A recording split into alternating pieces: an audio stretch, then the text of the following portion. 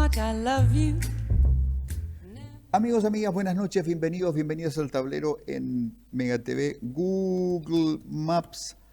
Quiero mirar el mapa de este cuadrante tradicional de barrio antiguo de Asunción, que sin embargo concentra con pocas diferencias de distancia dos de las más sangrientas y potentes historias contemporáneas en el Paraguay. A ver, voy a poner como referencia la calle Diagonal Molas. A ver, si podemos compartir la imagen, ahí está, Diagonal Molas. En Diagonal Molas y la avenida Venezuela, un 23 de marzo de 1999, asesinaban a Luis María Argaña. Lo tenemos a nuestro periodista especializado en temas policiales, Hugo Cáceres, porque volvemos mental y emocionalmente a Diagonal Molas y Venezuela, porque hoy, 25 años después de ingresar a la cárcel, 26 años después del asesinato de Argaña, recuperó su libertad Luis Rojas, Condorito Rojas, caracterizado como uno de los ejecutores del magnicidio. Hugo, buenas noches, ¿cómo estás? Buenas noches, Quique, a los amigos televidentes del tablero. Efectivamente, el preso más antiguo de la República del Paraguay, Luis Alberto Rojas, recuperó su libertad en el día. Y bueno, ¿qué decir? Que entre los participantes de aquel hecho ocurrido, tal como estaba relatando el 23 de marzo de 1999, ya recuperaron su libertad Pablo Vera Esteche, ya hace algunos años. Constantino Rodas, también hace algunos años. Y el único que cuando se le agarró en la República Argentina, alrededor del año 2000, Fidencio Vega Barrios, él fue el único que se había escapado de aquel cuartel en la República Argentina, y hasta hoy día nunca más se supo nada de él. El único de estos tres protagonistas, exceptuando lo de Constantino Rodas, que fue la persona que aparentemente había comprado el Fiat Tempra color verde, que se había incinerado allá detrás de o cercano al Colegio San Ignacio de Loyola. El único que falta que compurgue su pena o que sea detenido es Fidencio Vega Barrios. Después los otros, Quique, ya recuperaron su libertad después de pasar años en la penitenciaría en donde los tocó guardar reclusión, Quique. Bueno, Hugo, ¿quién tenía un auto de la misma marca y color en la época? Este amigo que te habla. Yo tenía un Fiat Tempra, hermoso auto de carácter bastante deportivo, de potente motor. Lo tuve que malvender, Hugo, porque era tan alta la sensibilidad de la gente que uno no podía circular con ese vehículo, ¿verdad? Y el duelo por Argaña, y te lo digo por otro detalle, había cumpleaños familiares del 23 de marzo que no se podían celebrar porque el sentimiento de pesar años después seguía en carne viva para buena parte de la ciudadanía. Y entender, Quique, que hablando del vehículo que estás mencionando, la marca, el color, se ha ordenado en aquel entonces a la Policía Nacional la búsqueda y localización, a pesar de que la chapa que no se llegó a quemar de este vehículo fue la que posibilitó que se pueda llegar al comprador de ese vehículo. El comprador de ese vehículo fue el que dio los datos fundamentales porque se le incautó su teléfono, se hizo la trazabilidad de las llamadas correspondientes Y todos estos detalles que al decir del doctor Gustavo Amarilla, que con el doctor Ocampos fueron los que trabajaron más en la parte investigativa, porque hay que recordar que en 1999 el juez era el director de la investigación y el fiscal era el que le acompañaba al juez y le decía, doctor, tenemos que hacer esto, tenemos que llevar esto, tenemos que traer esto y todos estos detalles. Y bueno, declaraciones fantásticas acerca de este vehículo que se tenía orden de buscar, de localizar y a pesar, imagínate el tiempo aquel que en un momento dado se quemó el vehículo. No se quemó en la totalidad, la chapa se encontró y bueno, pero igual la orden era tratar de detener esos vehículos, de interrogar a sus propietarios y bueno, en una de esas te salvaste de por lo menos ser momentáneamente demorado para averiguaciones, Sí, Quique. sí, señor. Hugo, ¿Rodas era el militar o el militar No, rango de coronel es otra persona que... mayor, Mayor, Mayor Reinaldo Servín. Reinaldo Mayor Servín. Reinaldo Servín era un oficial de ingeniería que estuvo preso en la agrupación naval y él recuperó su libertad 11 años después de que el proceso haya culminado y prácticamente sin nada aquí. ¿Por qué el mayor Reinaldo Servín? Mayor Reinaldo Servín presumiblemente fue una de las personas cuyo teléfono también se incautó y de cuyo teléfono también se había extraído materiales importantes, hasta inclusive, probablemente por la cercanía con el general Oviedo, se le pudo haber involucrado. Pero reitero, el proceso al mayor Reinaldo Servín culminó mucho antes del proceso que se le siguió a Pablo Vera Esteche, que se le siguió a Constantino Rodas, que se le siguió a Luis Alberto Rojas. Entonces, él se quedó y prácticamente esto se quedó finiquitado con este tiempo de permanencia en la prisión. Y lo que decía el doctor Gustavo Amarilla es que había una llamada telefónica del mayor al finado ya Lino Oviedo. Y después ya no se amplió porque siempre se pregunta esto, Quique, si qué grado de participación pudieron haber tenido esas personas en aquel hecho ocurrido el 23 de marzo. Tanto Lino Oviedo, tanto Reinaldo Servín y varios otros nombres que surgieron en aquella oportunidad también, Quique. Hugo, te pido por favor que te quedes en línea, tengo que hacer una pausa y luego hacer un pequeño o no tan pequeño interreño para comentar un poquito la actualidad política electoral, hablar con los protagonistas de la jornada electoral del domingo pasado, qué se piensa y qué se siente y qué se planea en las carpas coloradas esteñas. Así que amigos, amigas, buenas noches, bienvenidos una vez más al tablero con estos temas interesantes, candentes.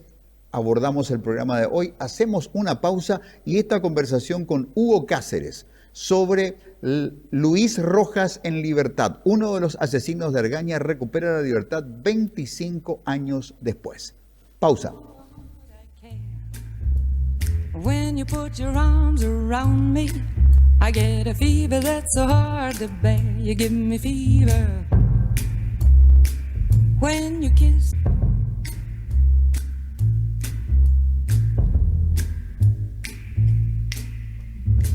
Never know how much I love you.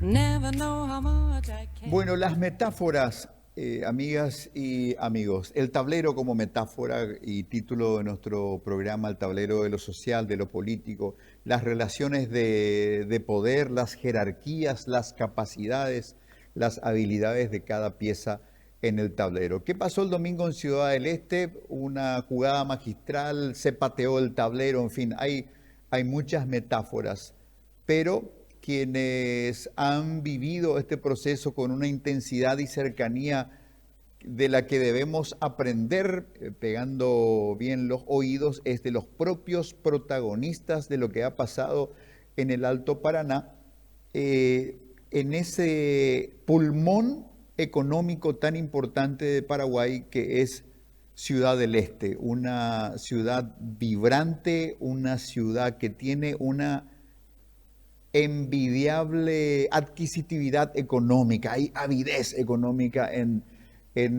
Ciudad del Este, y eso hizo que la ciudad no muera después de tantas yugulaciones de la Receita Federal brasileira con el tema del turismo de compras. La ciudad se reinventó, hoy día es un núcleo muy fuerte de, no sé si llamarle turismo, de turismo estudiantil, también es un centro de operaciones de la logística de la soja, en fin, la ciudad se convierte, es resiliente y se convierte en aquello que necesita para sobrevivir y para evolucionar.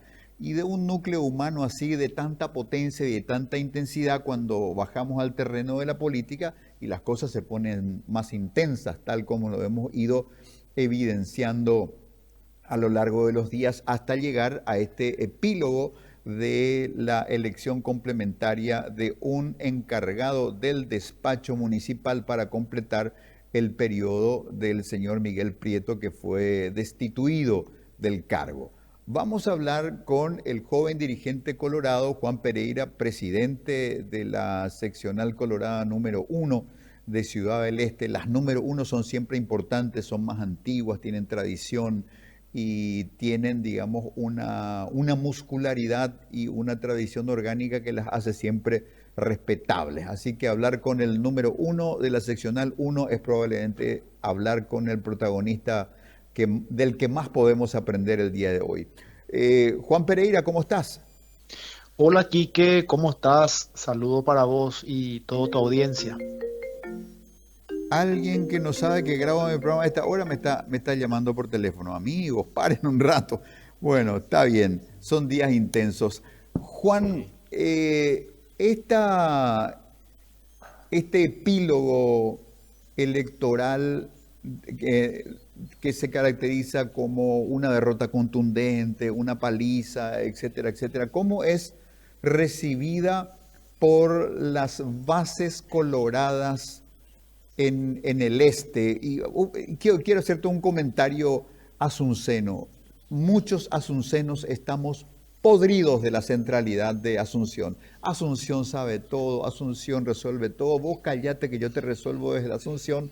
Y no sé si se jugó a eso en este proceso electoral, pero no son pocas las voces que me han dicho la dirigencia de base no fue escuchada por la alta dirigencia colorada o la alta dirigencia de Honor Colorado. Conjuntando estas referencias, ¿qué nos diría Juan?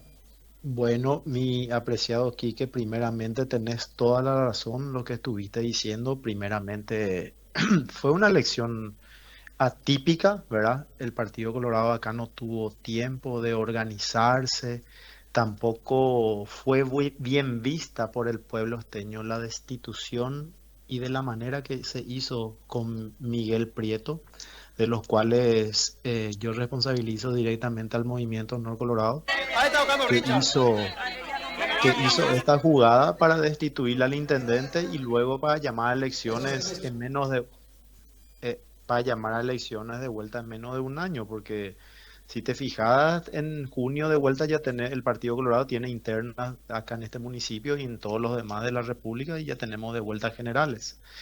Y bueno, son muchas situaciones las que sucedieron, realmente fue un 70-30 en todos los locales electorales. Yo presidiendo la seccional más importante del interior de la República, la más grande, con 18.000 afiliados. Tuvimos habilitados 27.000 votantes y realmente el pueblo esteño habló en las urnas y ese fue el resultado. Y el resultado fue por varios motivos, ¿verdad? Primeramente, la conducción partidaria y de campaña fue liderada por el director general paraguayo de la Itaipú Nacional, quien hoy se aplazó. La ciudadanía lo aplazó. Manejábamos las mediciones tanto de ATI como Francisco Capli, muchísimas mediciones más, del cual la familia Zacarías hoy acá en Ciudad del Este tiene un altísimo rechazo, tiene más de un 85% de rechazo, y cualquier candidato brillante que el Partido Colorado podía llegar a proponer, inclusive si le tuviéramos a Donald Trump como candidato, nos llevaría al fondo del abismo, al lado del Titanic. Entonces fueron situaciones que se fueron dando, ¿verdad? El hartazgo ciudadano y se sumó a eso también el hartazgo nacional de las políticas públicas del Ejecutivo. Eh, Acá nadie está mejor en Ciudad del Este. No sé cómo estarán por la capital, pero acá la sensación es terrible en cuanto al gobierno nacional. Yo soy un crítico, pienso que Santiago Peña está en el Ejecutivo haciendo el peor trabajo de la historia democrática del Paraguay.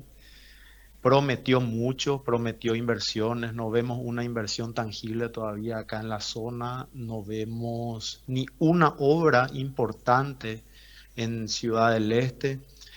Vemos un comercio no reactivado de la manera que él prometió en factor empleo. Entonces, en sí, fueron factores que hoy en día nos demostró la ciudadanía que no quiere esa gestión pues, de política. Ya están cansada la gente.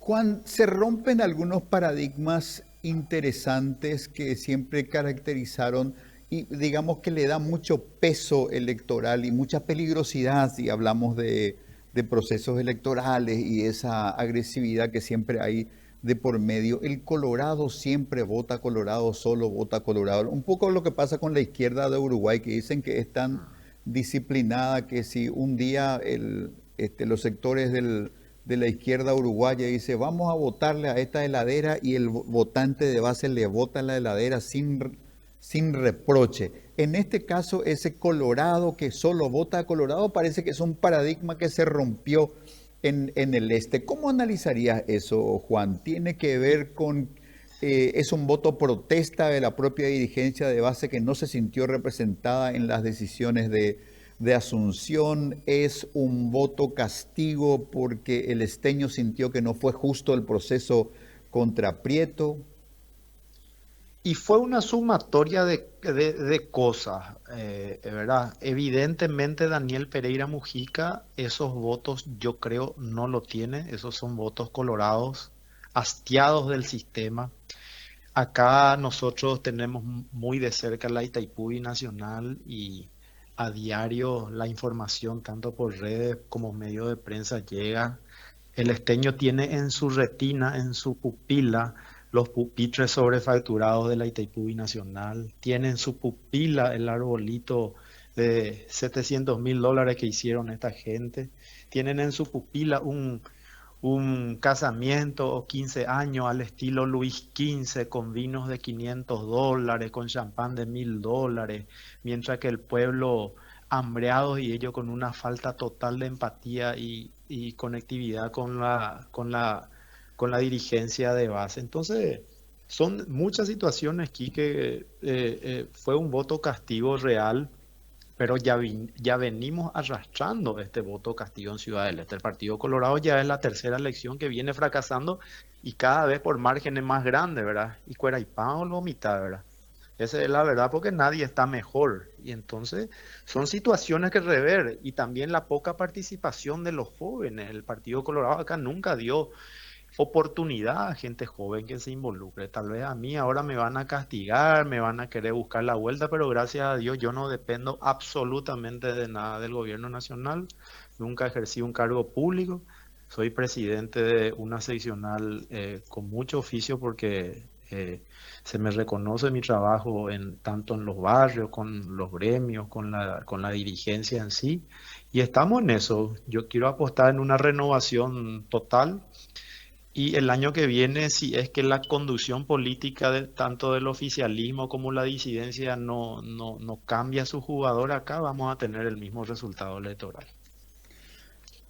Yo recuerdo con estos 66 años que cargo en la mochila, no digo que soy sabio, digo que soy viejo y que escuché mucho. Y escuché cosas folclórico-anecdóticas brutales como cuando en mesas de políticos comenzaban a hablar de contrabando, por ejemplo, y alguien decía, no, no, no, no, no, no, no se metan con el contrabando, que esa es la economía real de Paraguay. Y quiero tomar un poquito el espíritu del que hay cosas que hay que llevar con cuidado. A Ciudad del Este hay que respetarle como pulmón financiero de las finanzas públicas. La administración pública depende de que Ciudad del Este sea una ciudad exitosa. Creo que no hay que pensar nomás con esa estupenda agresividad de la política, decir, bueno, somos un partido grande y somos muchos, podemos ganar lo que queremos. También hay que tener un proyecto serio para administrar una ciudad en constante crecimiento, con una vibración comercial tan importante. Hay que tener proyectos de administración verdaderos, factibles, progresistas, interesantes en cuanto a la visión que tienen de la ciudad y hacia dónde debe evolucionar, en medio también de este empuje que tiene el sector inmobiliario, que quiere hacer grandes edificios para el comercio y para lo habitacional. Es decir, hay una convergencia de cuestiones que hacen que Ciudad del Este sea una ciudad que hay que cuidarla. Así que ahora hay que aguantar un ratito estos meses que le va a tocar a Pereira Mujica ser intendente de Ciudad del Este y llegar al 2026 con candidatos apropiados, pero sobre todo que la ciudadanía, el emprendedor, el inversionista, el que pone su plata en Ciudad del Este, se sienta respetado y reflejado y entusiasmado con el proyecto, querido Juan Pereira. Correcto, Quique, como dijiste y describiste, esta ciudad se forjó por comerciantes informales, ciudadanos pertenecientes al transporte alternativo, taxistas, mototaxistas. Y hoy en día, o siempre tuvimos, para decirlo mejor, tenemos un gigante consumista que es Brasil, ¿verdad? Entonces, Ciudad del Este es una ciudad comercial. Mi oficina está en el microcentro y veo la masiva concurrencia por parte de los brasileros y hoy en día por el poder adquisitivo que tienen los argentinos. Creo que los argentinos hoy en día están superando en compra a los amigos brasileros. Y así como decís, siempre le digo yo también a todos mis amigos constructores, esta ciudad es una ciudad virgen en parte de infraestructura, falta todo y cada día hay más habitantes y falta mucho por hacer.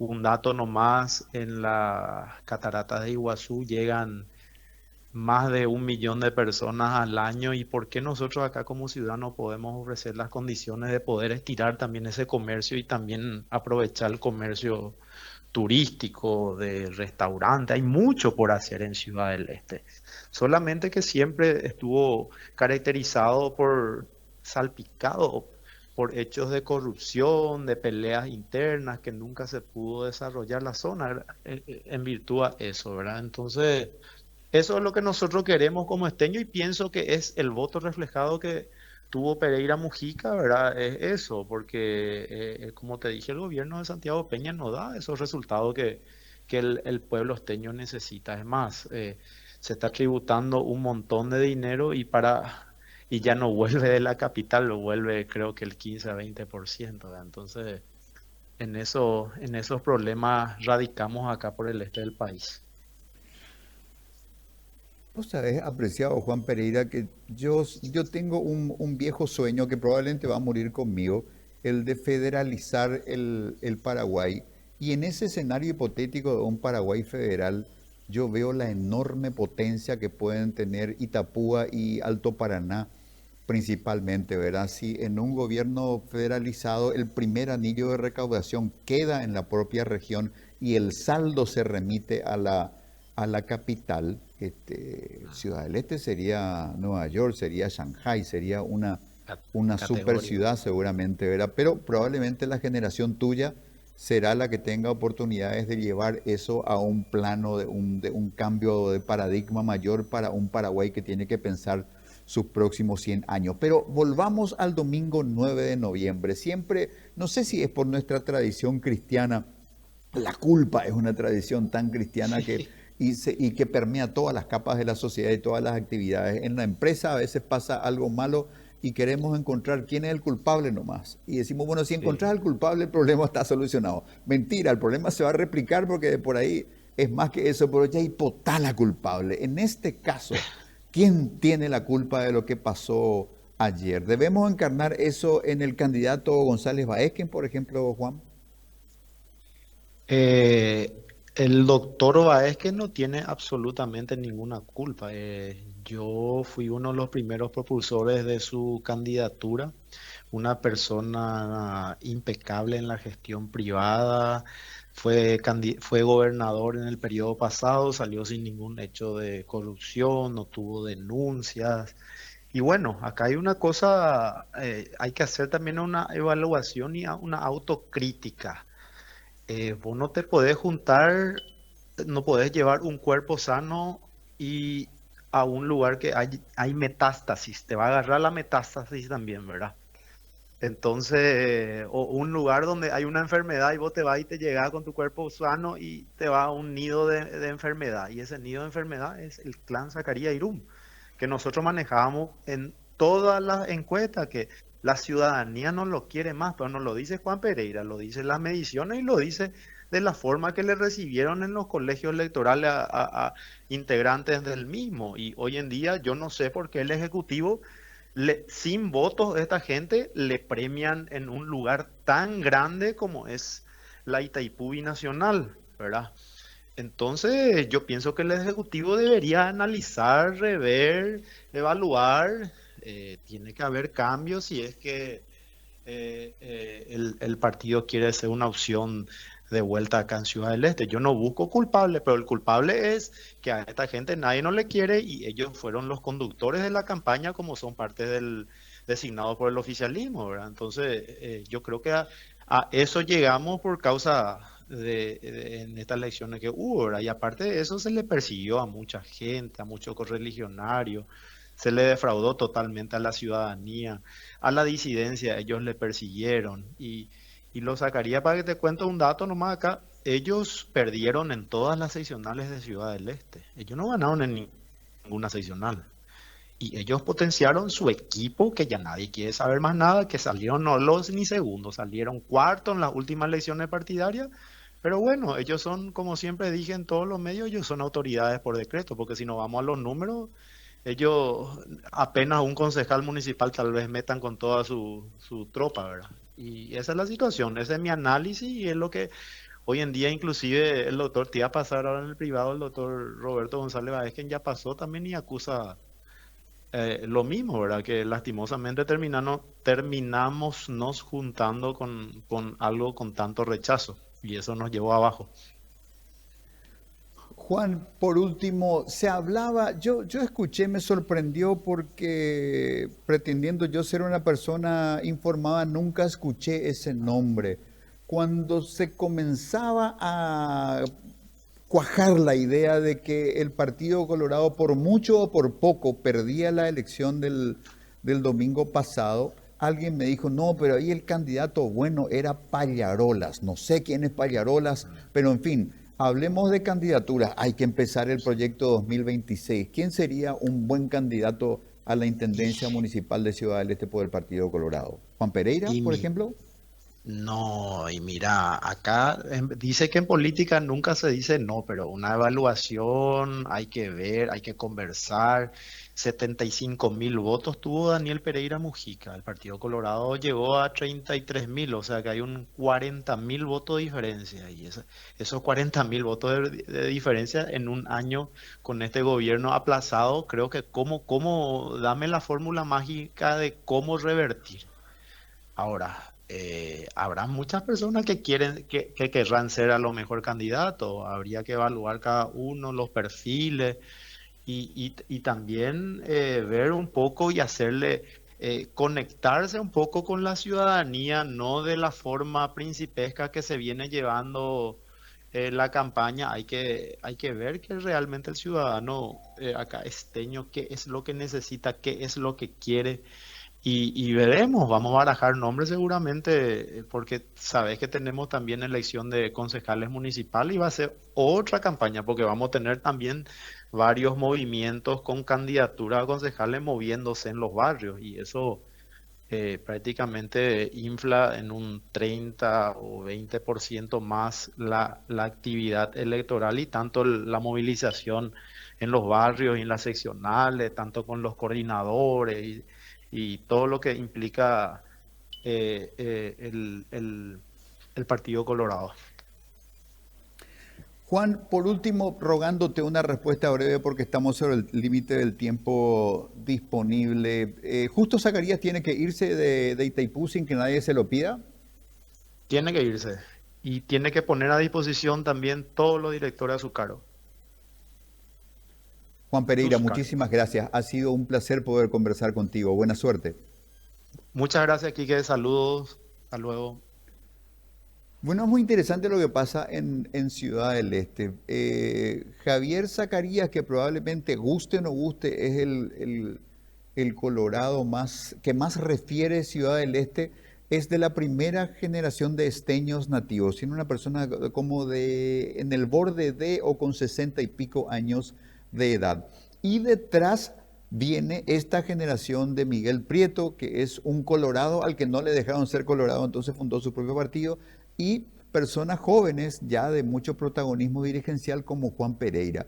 Qué sano que es el relevo generacional que se da en algunos sectores de algunos partidos. Yo estoy podrido de seguir viendo venir a los viejos bueyes, como pasa ahora con el PLRA, por ejemplo, ¿verdad? Que vuelve Efraín, vuelve Blasiano, y en fin, y en el Partido Colorado también están los que no se quieren ir nunca, ¿verdad? Los que quieren salir de la política colorada con los pies para adelante. Bueno, hacemos una pausa, amigos y amigas. Gracias por la sintonía.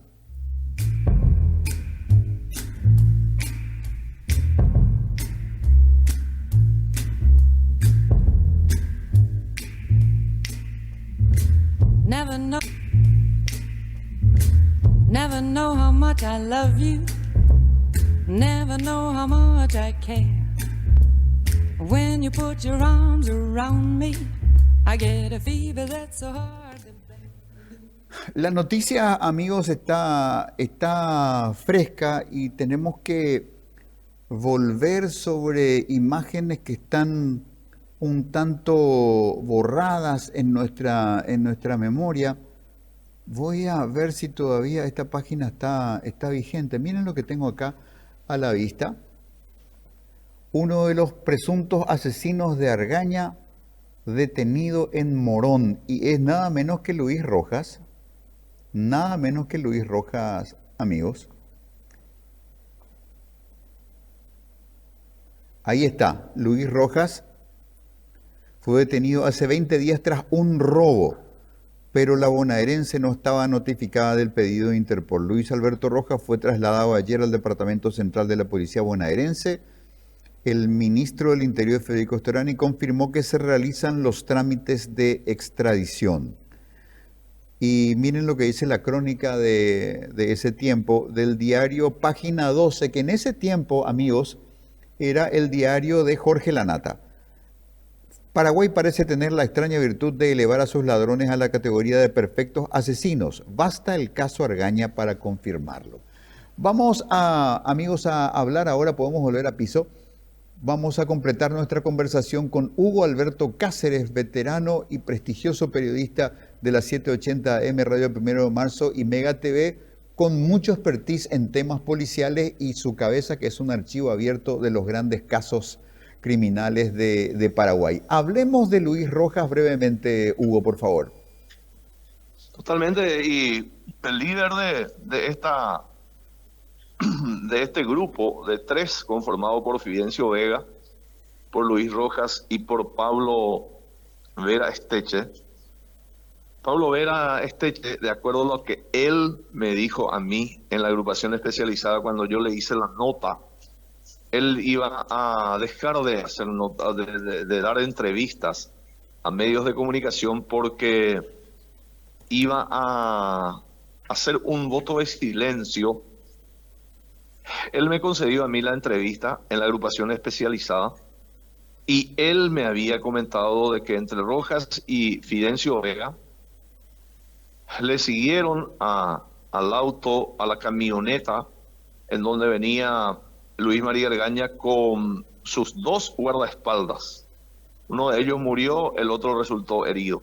Y fue Pablo Vera en que se baja con un revólver calibre 38, y mientras que los otros, tanto Luis Alberto Rojas y Fidencio Vega, los apoya con escopetazos, que fue lo que Víctor Barrios Rey, uno de los guardaespaldas de Luis María Argaña, recibe en la cara, parte del ojo dañado, creo que perdió uno de los ojos en aquella oportunidad, y el chofer de apellido Barrios también, él muere en esa oportunidad, Quique. Entonces Pablo Vera baja y se asoma hacia el lado derecho de la camioneta Nissan Patrol para dispararle a Luis María Argaña, que recibe impactos de bala de un revólver calibre 38, y después ya seguramente con el dato y el estudio médico correspondiente se sabe que aparentemente agarró la aorta carótida y muere desangrado él. Por eso la mancha de sangre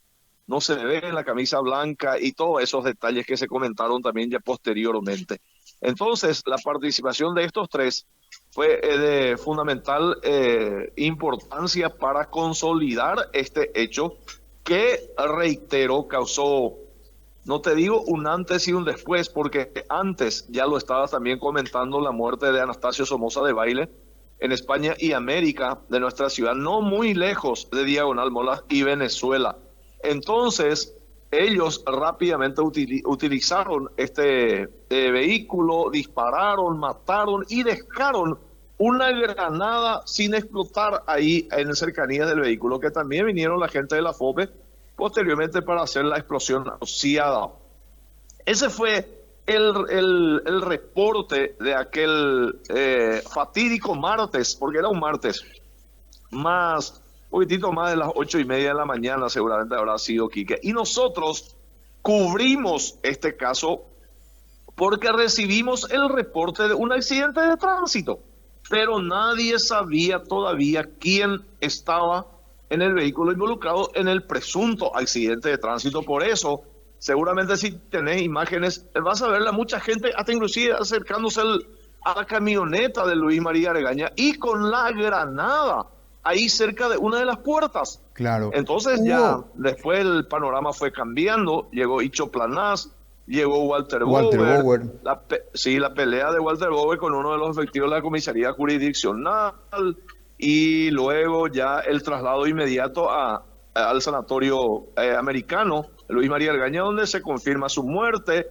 y la gente que empieza a reunirse, a golparse ahí en ese lugar, lo que dio el paso al marzo paraguayo, que finalmente terminó con la dimisión de Raúl Cubas Grau y la asunción presidencial de Luis Ángel González Macri como presidente de la República. Este hecho ocurrió el 23 de marzo y culminó el 28 de marzo, un día domingo. Comenzó un martes, terminó un domingo con Lino Oviedo preso.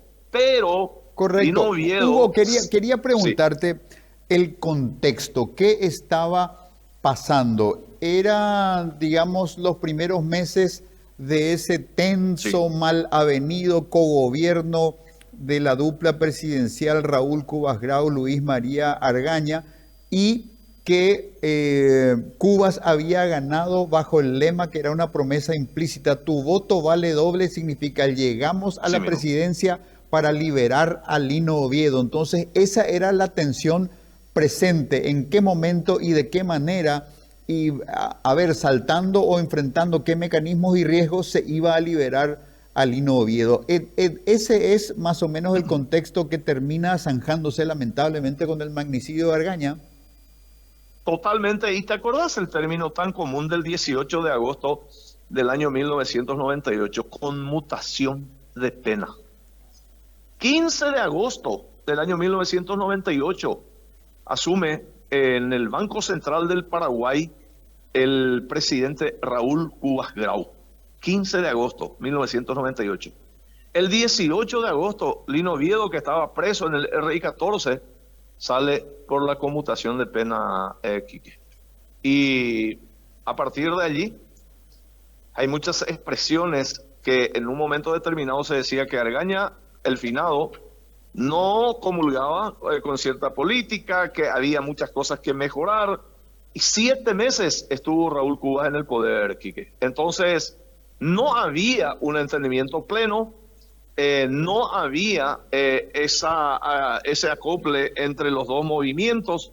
Argaña era un tipo con quien era muy difícil negociar y había un entredicho, un enfrentamiento, hasta inclusive con los que ocupaban en aquella época el poder encabezado por el expresidente Raúl Cubas. Entonces había mucha tela que cortar, había mucha discusión. A Lino Oviedo, el finado, también lo acusaban de ser autor de la intentona golpista. ¿Te acordás del hecho ocurrido en abril de 1996? Correcto. Y tantos otros casos que la audiencia ha de estar recordando. Entonces no había un entendimiento entre el presidente y el vicepresidente de aquel momento, Quique.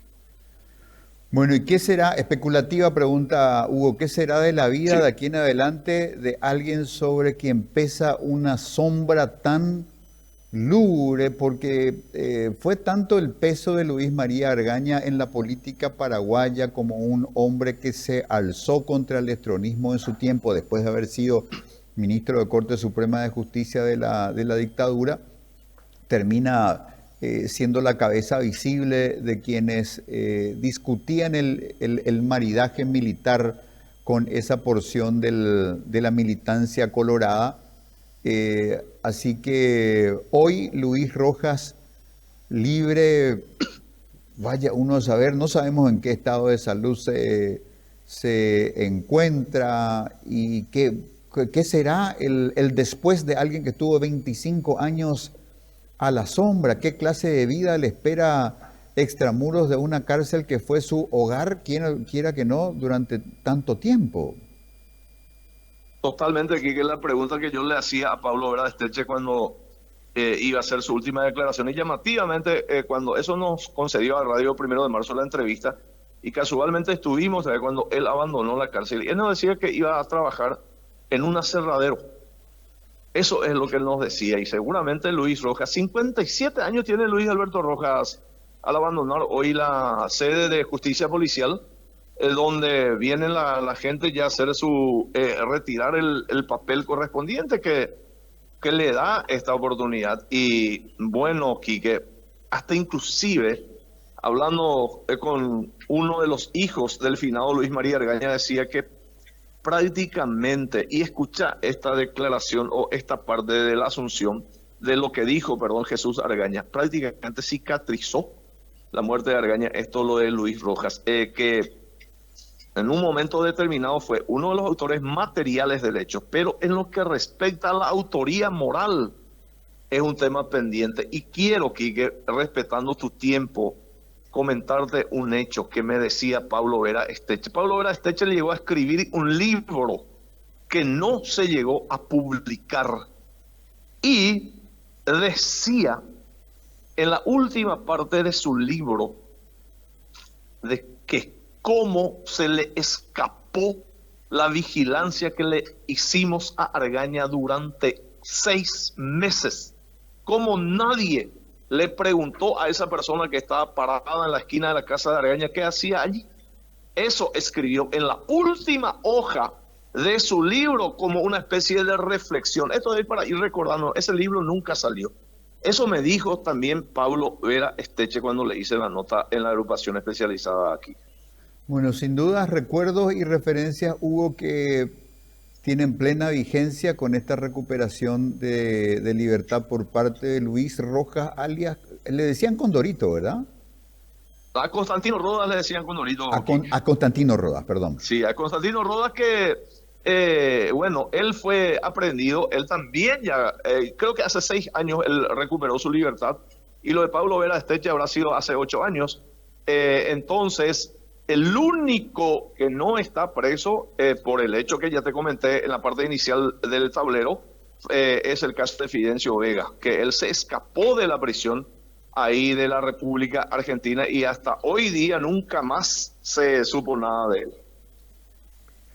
Diagonal Molas, hubo hechos traumáticos, por supuesto, en ese vecindario en el que luego se instaló un memorial de la figura de Luis María Argaña y hubo vecinos que se transformaron en testigos y en testigos en peligro en algún caso, porque justo ahí en el vértice de la Diagonal había una carpintería que tenía entrada de las dos calles de la Diagonal y aparentemente uno de los asesinos ingresó y se vio cara a cara con los carpinteros y propietarios de esa casa que luego pasaron a ser testigos. Así que ese rastro de pólvora, de riesgo, de muerte, en fin, de todos los componentes pasaron también afectando al vecindario. Y la nota también el momento que el camarógrafo de Canal 9, que trajo su cámara para que se le repare, venía de Ciudad del Este y tenía su cámara en su casa antes de, porque fue a las 8:15, tal vez, horas más, horas menos. Y antes de salir de su casa, escucha los disparos, escucha el incidente, se va él y realiza la filmación de este hecho. Y salía verde, seguramente la barra color o no sé cómo se llame el elemento. Y decía, no, Argaña ya estaba todo verde, era la cámara que estaba descompuesta. Claro. De hecho, también se comentó muchísimo porque, acordate, Quique, y la audiencia del tablero también, de dichos en aquella época, muchos decían que Luis María Argaña murió en otro lado y en otra circunstancia. Eso se comentó, pero haciendo comparaciones y comentando con el doctor, con los doctores que realizaron la autopsia, por ejemplo, manifestaban de que Argaña perdió mucha sangre por producto del impacto y producto de agarrar la vena principal, y que ellos acumularon sangre hasta inclusive para hacer la demostración. Y este video, con una cámara que se llegó a incorporar en esos tiempos nada más, se filmó la autopsia del finado Luis María Argaña, y esto hasta inclusive se exhibió en el Parlamento Nacional, y ellos demostraron de que el cuerpo de Argaña, cuando llegó a este sanatorio, estaba todavía, se podía mover tranquilamente, echando de toda conjetura este hecho de que él murió en otra parte. Y bueno, todos estos detalles que se comentan y que se comentaron en aquella época, que gracias a la tecnología se pudo disipar la duda que se tenía cuando eso, Quique. Sí, señor. José Bellasay fue uno de los médicos legistas que participaron de ese proceso. Hugo, muchísimas gracias. Saludo para vos, mi querido Quique, a los televidentes del tablero de la mega cadena de comunicación. Hasta en cualquier momento, Quique. Hugo Alberto Cáceres, periodista de la mega cadena de comunicación, nuestro último entrevistado de hoy. Amigos y amigas, buenas noches, muchas gracias.